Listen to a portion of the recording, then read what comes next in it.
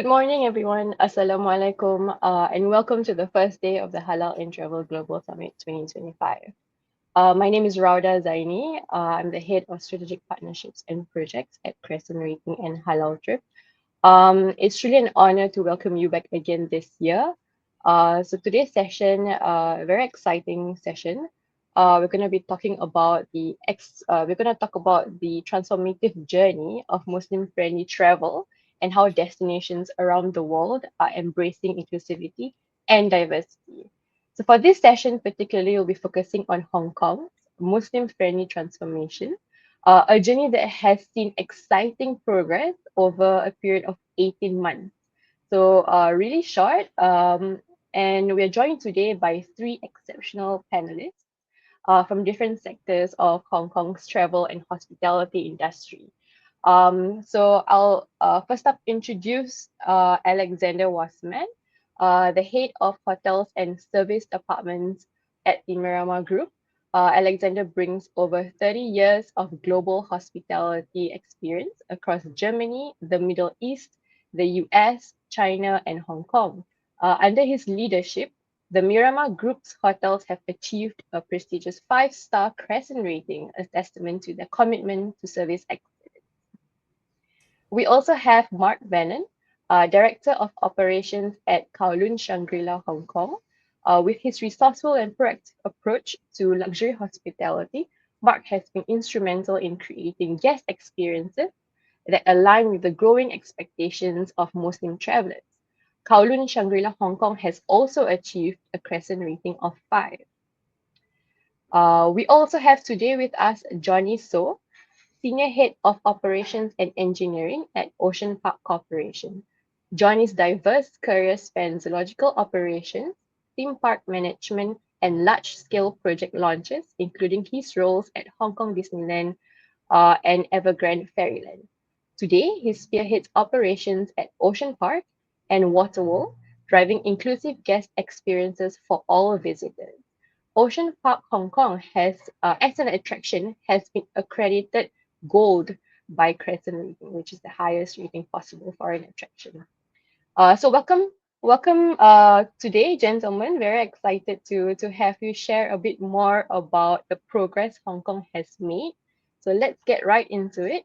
Hong Kong has made significant progress in the last 18 months in enhancing Muslim-friendly experiences across hotels, attractions, and also MICE. So we'll talk about how that has impacted you in your sector and how the accreditation has also helped you in raising standards and building traveler confidence. So let's dive right in. First question, what motivated you to take steps forward toward becoming more Muslim friendly, and how did this journey begin for you? Um, Maybe I'll direct this question to Mark first. Yes. Firstly, thank you for this panel discussion. It's a pleasure to be part of this discussion. Here at Kowloon Shangri-La, we're very proud that we were the first hotel to achieve the prestigious 5 Crescent rating. This achievement reflecting our commitment to excellence in service and hospitality for the Muslim travelers. But this journey began last year, with the Hong Kong Tourism Board and the government recognizing the Middle East market as an emerging tourism destination for these travelers. As I said, the journey began last year, and this included, from our rooms perspective, looking at facilities such as the Qibla directional sign, the Quran in the room, prayer mats, and also bidets to fulfill the guests' religious practices.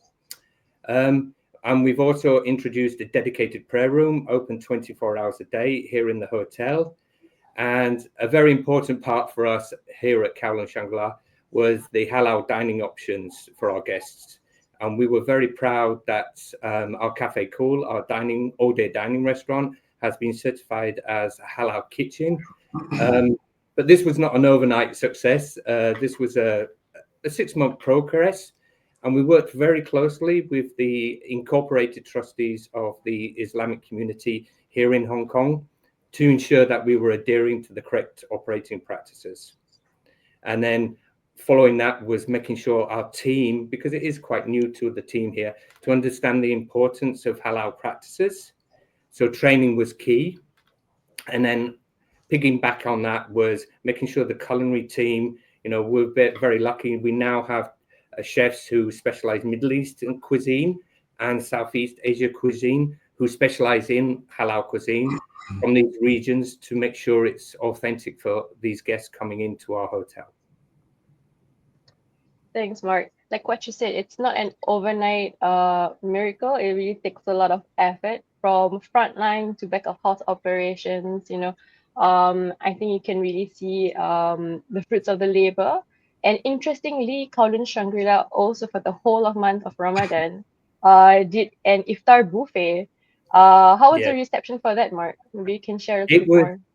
It was it was a new initiative for us here at the hotel, and it was very well received from the local community. It was really quite nice. Like you would go in the evening after sunset, and the guests were coming up to saying, "Thank you. This is the first time 5-star hotels are embracing this," and it was so nice to the extent like some guests even bought me treats to share just as a thank you. It was so nice. It sounds very heartwarming to see all the efforts, being recognized, and I'm sure all the staff also at the hotel feel appreciated for all the hard work that they put in. Most definitely, yes. So maybe Alexander, you can share a little bit more about, from also a similar perspective from a hotel point of view. A lot of efforts have been put into upgrade your facilities to accommodate to, the rating of 5, which is a high rating for a hotel in Hong Kong. How was it for you, and how has the reception been? Yeah, thank you as well, Radha, for inviting me to the panel. It's a pleasure to be as well in Singapore. I have to go back a little bit because I'm also an executive member of the Hong Kong Hotel Association. And in October 2023, we were invited by the Hong Kong government for a special meeting, how to engage with the Middle East, how to drive halal-friendly business to Hong Kong. So at that moment, the government asked us, the representatives of the hotel industry, how or what needs to be done in order to make Hong Kong halal friendly.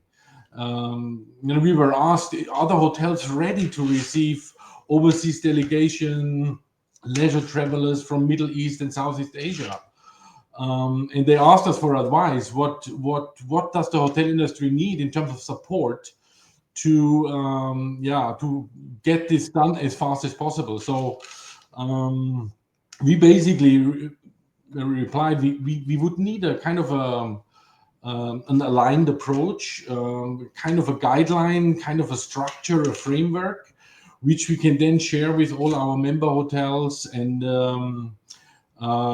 because everybody has a different interpretation of what is halal or what is Muslim friendly.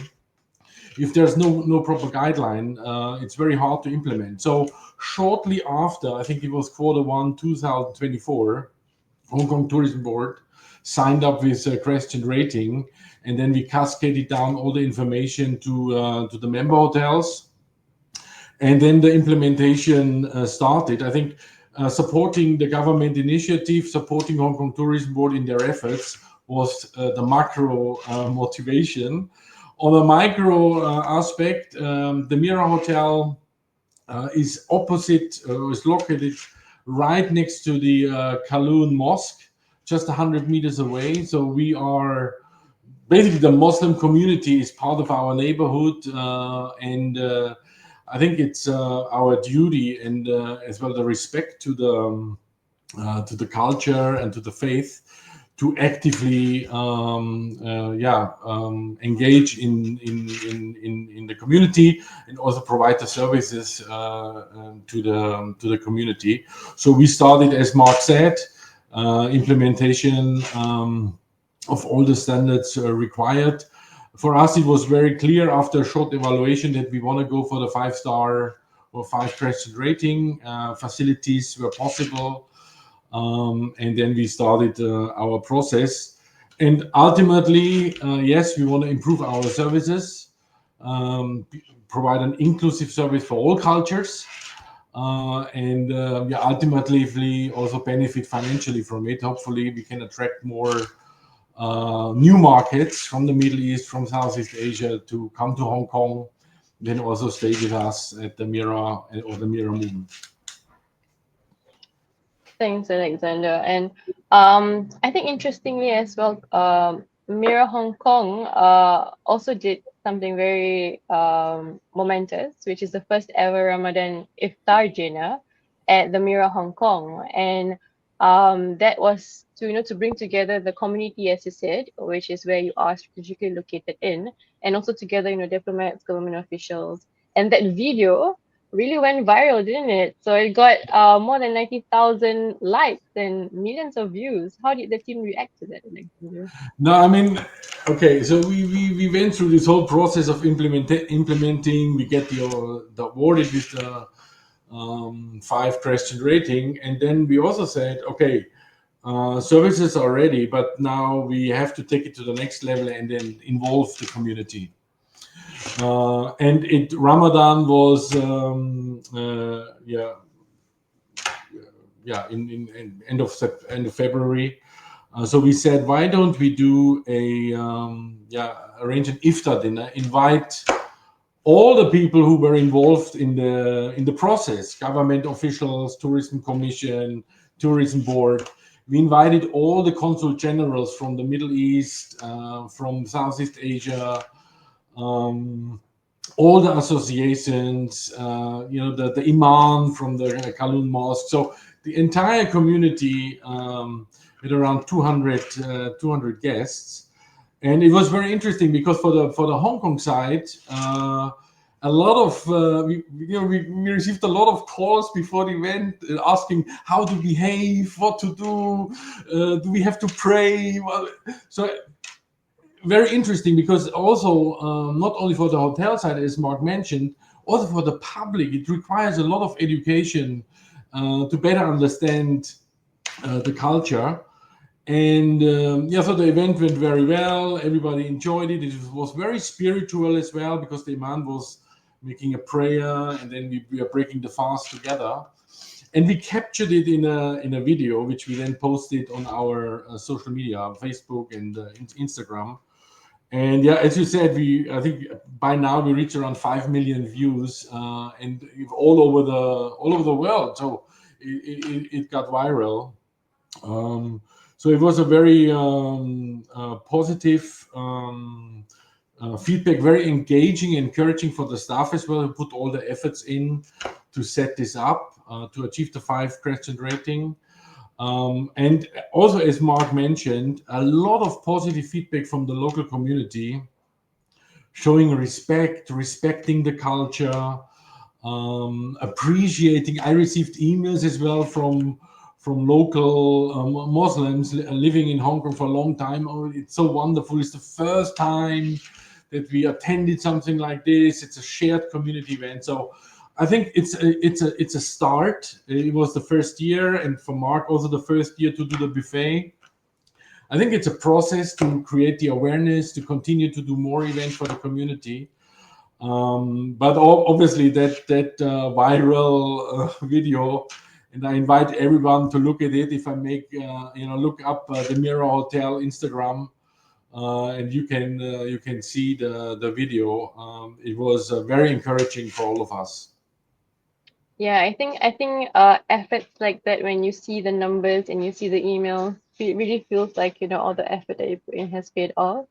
So I think what this signifies, not, I mean, for the local community as well, and also for travelers who are interested in coming to Hong Kong, is like hotels and attractions like all of you are welcoming Muslim travelers. What it signifies, it signifies that Hong Kong welcomes you.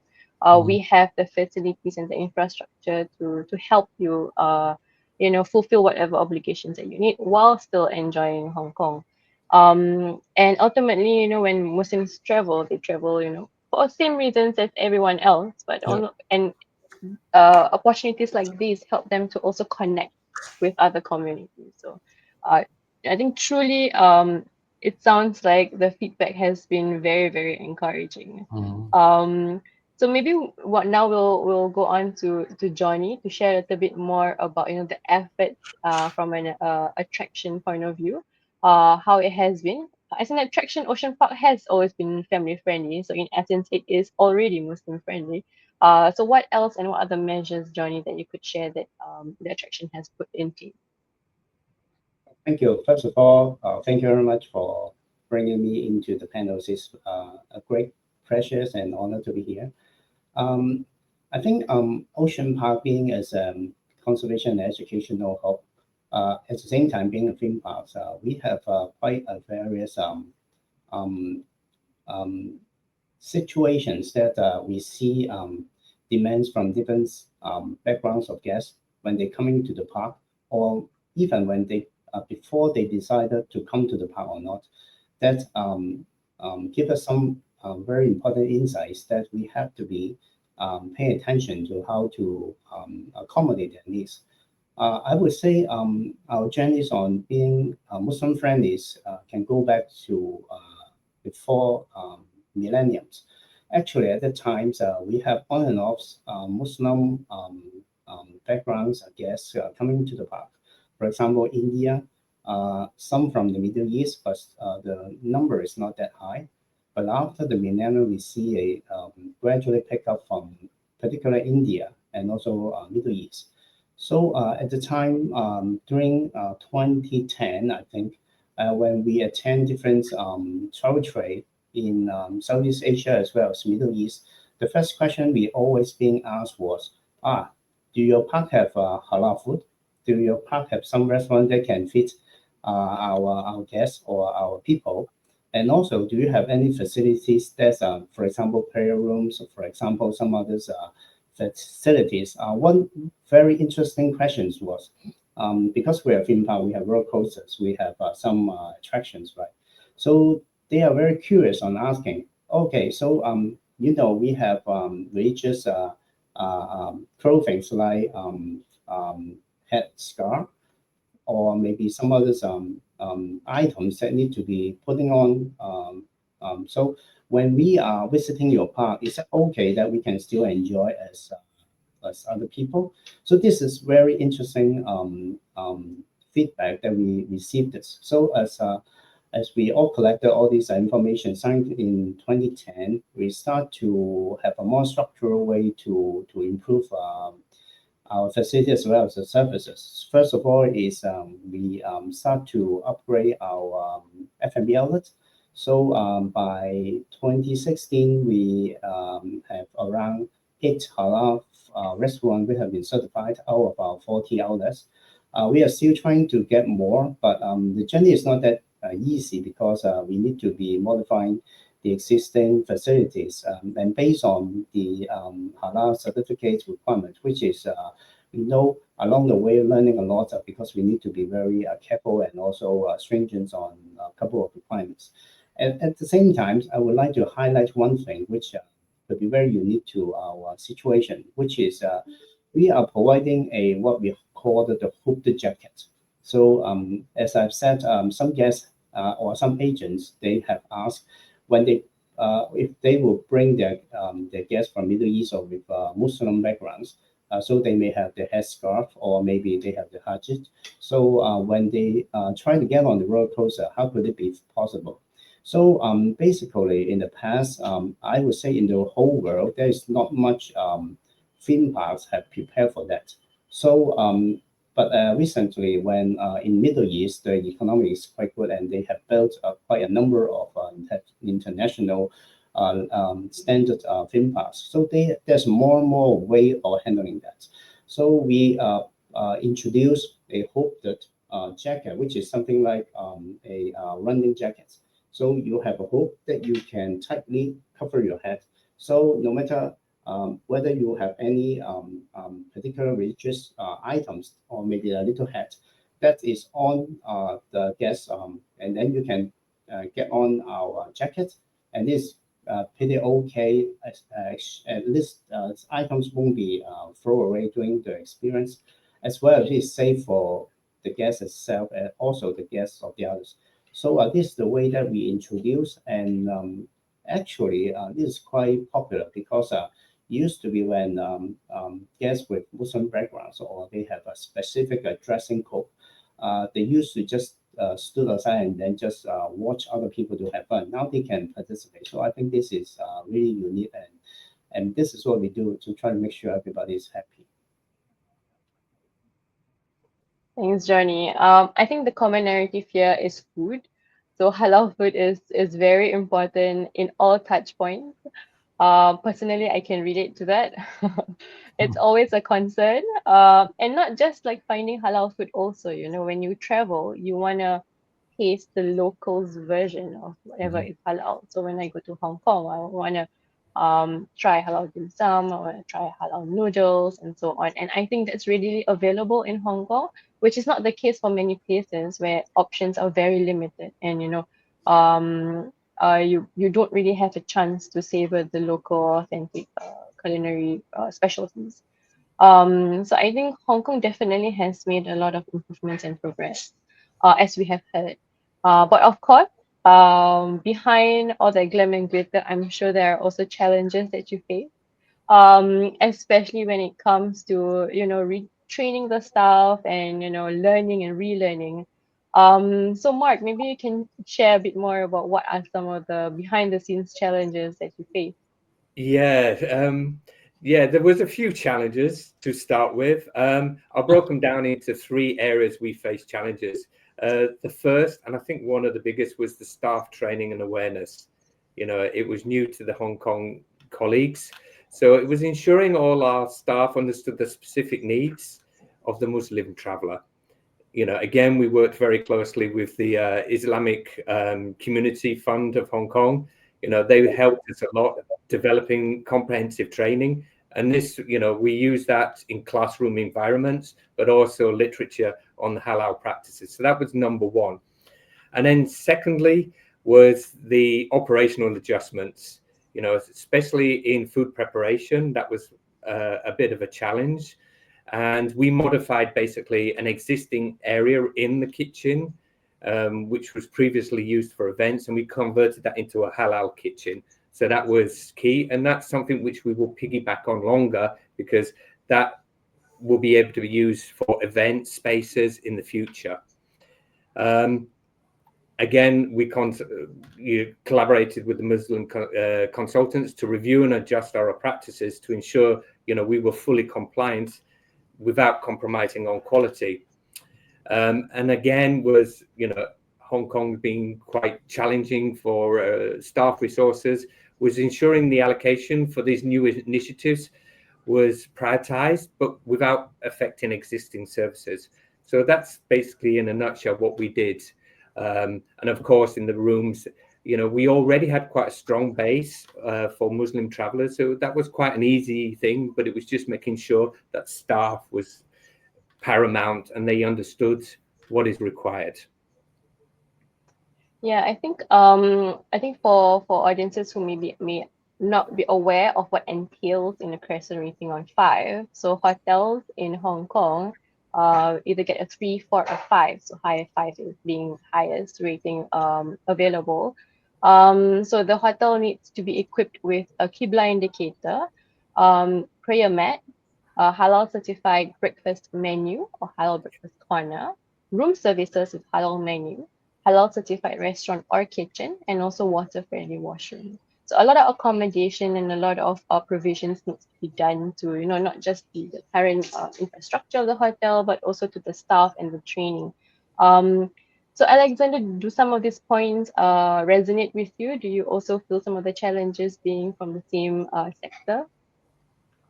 Well, we have since the opening of the hotel, we have a guest service ambassador. He's from Egypt. So he was kind of guiding us through the process. He was figuring out the Qibla signage and everything. So in terms of implementing, you know, the hardware stuff, Qibla signage, prayer mats, etc. That's quite easy. I think the challenge was on the culinary side to really get it right, because there can be a lot of shortcuts, if you use the wrong equipment, etc. So if you don't do it right, then you can still say halal, but it's not 100% halal. So we went through this whole implementation phase, and then by coincidence, I came across a event order for our ballroom, and it said menu halal/no pork. So I was like, halal/no pork. I called the sales manager and I said, is it no pork or is it halal? And he said, well, didn't really know how to answer me. So I realized, okay, while the chef who's setting up the kitchen and maybe the hygiene manager who checks the recipes is fully aware of what needs to be done, the people on the front who are selling the product, people on the front desk, had no idea of what is really halal, right? So this prompted me to work with our training team to make a comprehensive cultural guidebook for all the operation, which explains in detail, first of all, the services we provide and why we provide them, and also explain what is haram, what is halal. It was very interesting, and we did like a quiz asking, okay, for example, a panna cotta, is it halal or is it haram? Showing that like using gelatin, even if it's not very obvious, maybe, but it's haram, cannot be done, right? So and then, similar as Mark said as well, we trained 100% of the staff in little groups, from housekeeping to front office to kitchen, to basically get from the buzzword of halal friendly to trustworthy 100% halal friendly service.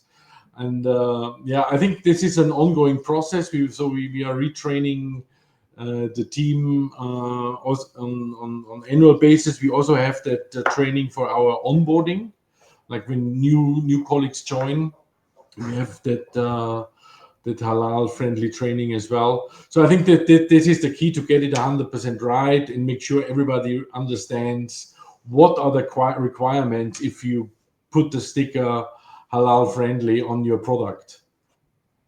So you've become the trainer now. You can train others. I make sure that the training is done, but I have experts who are really engaged and put a very, very nice program together. Yeah, I mean, it's interesting how it's being passed on, the knowledge, and the more that you are aware of, what the requirements are, you start to realize, there are some gaps in the understanding of, people in sales, in managing the product, And if I may add on this, we also get feedback from the public. So we were arranging some activities for Eid al-Adha, which is now happening from Friday onwards. We received feedback. Oh, you cannot use this photo. This is you cannot say belly dancer. You have to call it traditional dance performance. And so I think people are also very sensitive. So you need to be very careful of how you advertise, what you advertise, and then also adapt. Again, respect the culture. Yeah, and I think it's also the same across all cultures, right? So all cultures have got, what is, they are sensitive to, and we make accommodations. So I'm looking forward to see what your hotel has in store for Eid al-Adha. That's happening this week, which is actually, which is over the weekend. Thanks, Alexander, for sharing, those insights. So Johnny, how about Ocean Park Hong Kong? What are some of the challenges you faced? Is it also related to operational adjustments when it comes to food? Yes, definitely. I think Mark and Alexander has already mentioned those challenges we also face, for example, infrastructures. how to do the messaging, as well as what phrases or words to pick, which is very hectic to us because we didn't really understand or know about how the guests will get interpretation from the presentation, even the graphics that we present. I would like to share another aspect, which is we about knowing those guests, the actual culture. So I would like to share an example when we are modifying our prayer rooms with the requirements of the gold standard, that there is a discussion between myself with my engineers on the washing basins. And the engineers has suggested a few sketch and options. Of course, we are trying to make sure we comply with the standards, but at the same time try to be realistic and also to be economics. Okay, so there's a few drawings which one of them is basically we are thinking about to convert a shower rooms into prayer rooms. And then the engineer is very straightforward because we already have a shower basins, right? So they will be thinking, okay, we already have a shower, that is water, and there's a drains, so that should be okay. And then when we trying to bring into Christian Ratings, and friends from Christian Ratings is very good, and they told us that that is not very okay. Because the drains is actually the guests. The guests will be standing on the basins, and when you just wash, and it seems to be those water will still in touch with the guests, so which is not okay. And also very, very fortunate because I do have a few staff members work in Middle East for many years, and also some staff members, frontline staff member in Hong Kong we hired Muslim. So we asked them actually what's wrong. So what is the actual reasons were not okay? Because if we want to modify the whole shower basin, it's okay, but of course it's costs us more time and more cost. So they told us that there is one reason they will be very mindful on that is, well, before I do the play, I want to make sure I'm clean, and that's why I wash my face, my hands, and my foot. As I was thinking, if I will be the best, which is those water will not contaminate me again. So this is very important knowledge because we didn't really know. But when we talk with those people who have experience, and also they are actually Muslim backgrounds, so we learn about why the design needs to be in that way. For example, we need to have a separate basin such the guests can wash, and then they can clean it, and then they can dry it up, and then they can move to the next step to do their play. So I think this is another challenge. Is how we can enrich ourselves as well as our staff members when we are trying to first of all create all those, for example, restaurants, prayer rooms, infrastructures. But I mean the knowledge itself is also very important because if we do not really understand the reason of each of the requirements, then we may be just mimicking the setup that seems to be able to accommodate our guests, but actually that may have, when going to very details, that may be an offensive approach, or that may not be appropriate. So I think these are ongoing learnings. When we learn more, and we can be able to get rich with more Muslim guests, then we can really understand their actual needs and the reason behind, such that we can do a better jobs. Wow, it really sounds like you had to really get into the technicalities of, the design of the wash basin, and then that led to, what is proper and not when it comes to taking the evolution. So I think I commend all of you for trying to make the experience the most comfortable for travelers coming to your hotel and coming to your attraction. Mhm. Because that really matters. And I think the amount of attention to detail that sounds like that's being made to the efforts, I think truly talks about the dedication and commitment to the Muslims that come to your hotel and attraction. So challenges, we talk about challenges, we've talked about how the reception has been encouraging, and also ongoing marketing efforts are important in pushing the word out to the community as well as to travelers. Ever since you have gotten the accreditation, how has that helped shape your strategy and operations to better serve the travelers? Maybe I'll pose this question to Mark first. Yeah, thank you. Well, receiving the Crescent Rating accreditation has been instrumental in refining our approach to hospitality for our Muslim guests. It was, for example, implementing new operating standards to ensure our staff are following the halal practices across all areas, be it service, food preparation, and ultimately the guest services. And then our guest experience, the accreditation process encouraged us to develop tailored services, such as offering prayer facilities, the halal meal options, which again significantly enhanced the overall guest experience.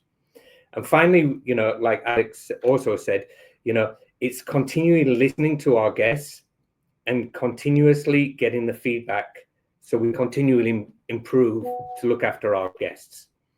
So overall, the Crescent Rating has not only elevated our operational standards, but also reinforced our commitment to providing an exceptional experience for our Muslim guests here at Kalwan Shangri-La. Thanks, Mark. Visitor experience, top priority, it sounds like. How does that relate to you, Alexander? Yeah. I'm sure same as well. How does visitor experience also contribute to the Mira Hong Kong, Alexander? Well, I think without Crescent Rating guideline, the Mira Hong Kong, or I think all the other hotels, would not be there where we are right now, and the Hong Kong would not be there where we are right now. It was a very reasonable, easy process because you knew what you had to implement and how to get there. So now having the Crescent Rating makes it easy for us to promote to all different markets. I personally went to Saudi Arabia as well with the Hong Kong Tourism Board to promote our hotels and also promote Hong Kong. And having that Crescent Rating obviously helps tremendously because immediately you have the trust of the travel agent, the trust of the client. So I think it's very important to have. And moving forward, I think we all get more feedback from clients. We will adjust. We will further improve. Maybe there's different level of seriousness, for example. So we will make sure that we can serve all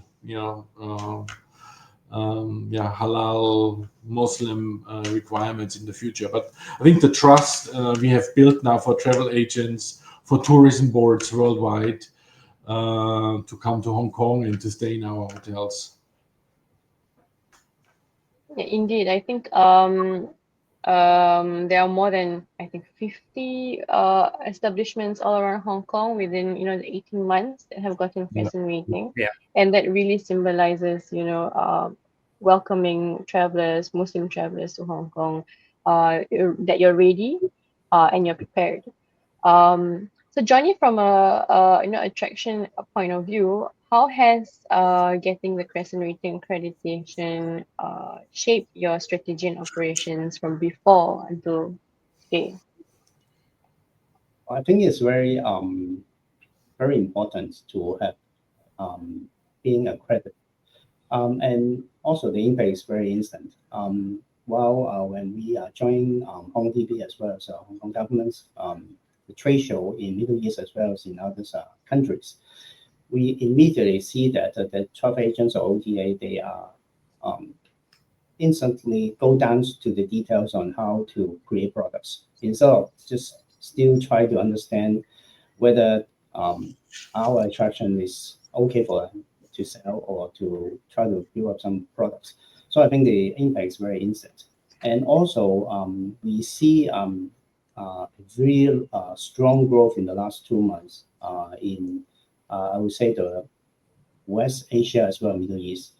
We have almost like double-digit growth on the visitors coming from India, Pakistan, and also the Middle East. So we really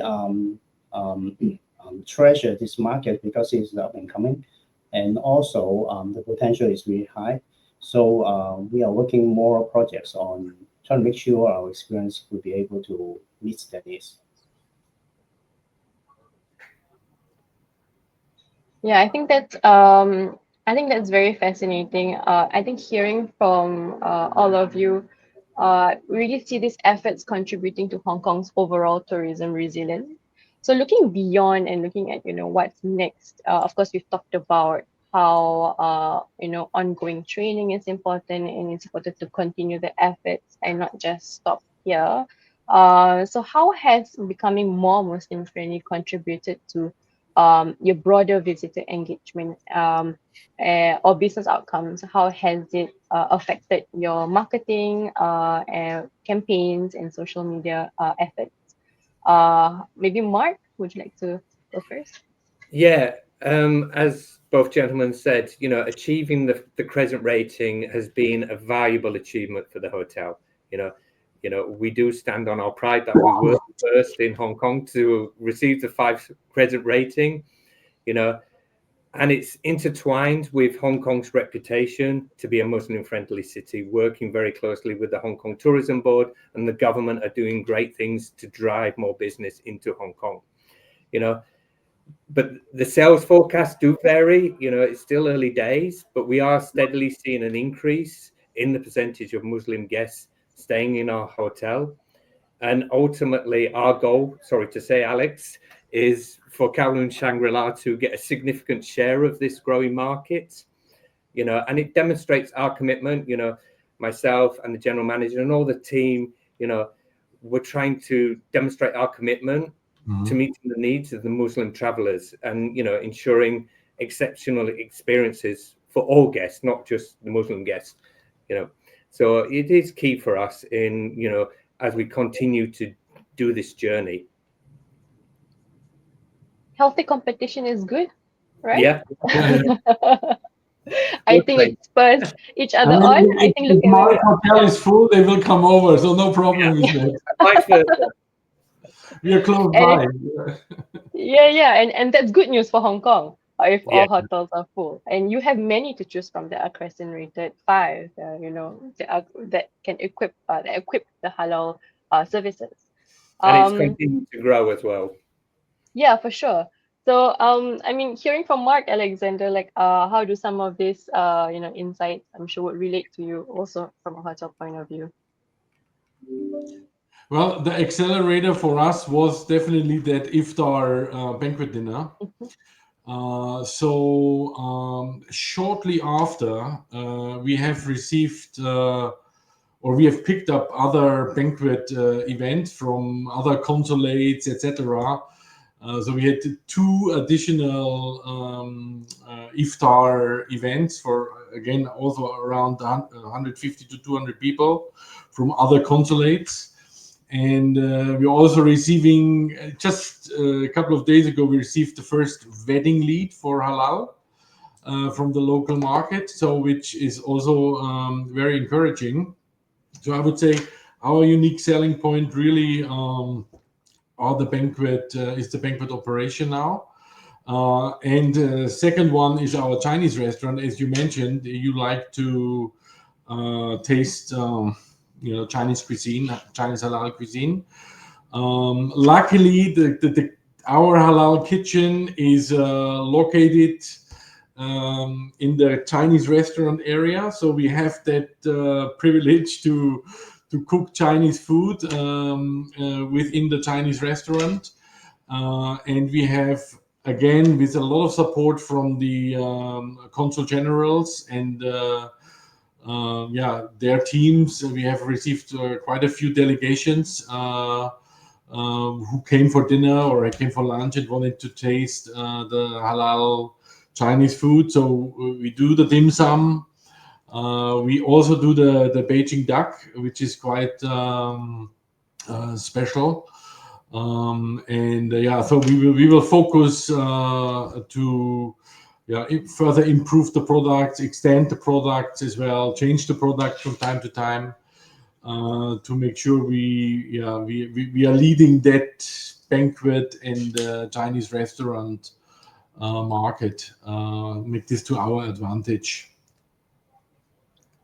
Very cool. I think thanks Internet, thanks Mark. I think it's interesting to hear how hotels have adapted and continue to serve unique offerings to travelers. I think I've also come across recently on Kowloon Shangri-La's Instagram that you guys have halal rice dumplings. Yes. So very interesting. Like it's really hard here also in Singapore to find something like that actually. Yeah, Um, new initiative this year. Very cool. So, yeah, very interesting insights from a hotel's perspective. So, maybe Johnny, do any of this, any shared learnings that you can observe between the two sectors? I think we will keep doing what we are doing, but we are putting more effort on being cultural sensitive. After all, theme park is a environment that you hold many people at the same time. There will be not just, I would say, we are not doing a good job if we just provide infrastructures and being Muslim friendly, but we also need to create a environment which other guests also respect the Muslim guests. And we did have a lot of occasions in the past with different people from different countries because of their cultural behavioral differences, and always there will be dispute or conflict. So I think on product wise or on for example, we are of course we're doing more halal restaurants as well as try to like Alex injecting some of the local favorites as well as food choices, but make it in a halal way. However, we based on our, for example, animal exhibits, animal encounter programs, those I would say they are universal. So there's not much needs to be changed, but the process, the journeys, and also when they are visiting in the exhibits with other guests. So I think it's more important for us to remind ourselves to make sure the entire hall will be multicultural, diversified, and also showing respect. So we are still working on that because when we are opening up the world map, there's so many different countries as well, so many different languages. At the moment, we are working on the projects on doing translations on all of our narrations on the animals. So we are not picking how many languages we will be doing translation. So this is already very complicated issue, but make sure, of course, Middle East, Indians, they are Muslim, they are Malaysia, they have Muslim background. However, they speak different languages. So that's give us another challenges or interesting project coming to make sure we can also create that diversified, respected environment. Thanks, Johnny. Yeah, I think that's a really interesting point when we talk about Muslim travelers, right? Muslim travelers are not homogenous, just like, travelers from other markets, right? They're not all the same. Preferences are different. Culturally, also different, look different, dress different. So, within that bigger market, you also have to look at the different nuances of, what is acceptable, what's not acceptable, and not just this market, of course, being inclusive to all and making sure that everyone feels welcome in your hotel and attractions.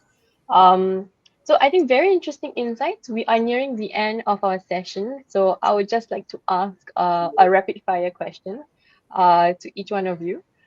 If you could sum up what it takes to become a Muslim friendly destination or a hotel or an attraction in just one word, what would it be?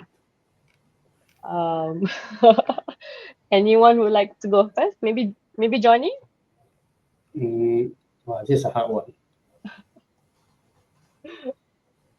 one word. I think is care. One or two words, yeah, it's fine. Yeah, I think it's care. It's all about care, caring. Care. Yes, caring our sub members as well. It's all about care. If you care, then I think Very nice. How about you, Alexander? I think it's our responsibility to be inclusive and respect all cultures. So I would say responsibility. Responsibility. How about you, Mark? Yes, inclusive is definitely a key word, but it is service from the heart. You know, guests, they're coming to explore a great city. They want to feel safe and at home and have, the surroundings around them. So it's safe would be key for us, and service from the heart. Great. I think hearing from your insights, thank you for sharing, the behind the scenes challenges, but also successes. I think we can all see the effort that you're putting in the different sectors to contribute to Hong Kong's tourism resilience. I would just like to thank you to our speakers for sharing insightful perspectives and for being at the forefront of Hong Kong's Muslim-friendly transformation. We hope this is not the end and that we continue to serve the market. I'm sure our audience found this discussion inspiring and as enlightening as I did. Thank you so much for joining this session at the Halal in Travel Global Summit. To everyone who's tuning in now, please check out all the other interesting sessions that we have over the next 2 days. Thank you and Assalamualaikum.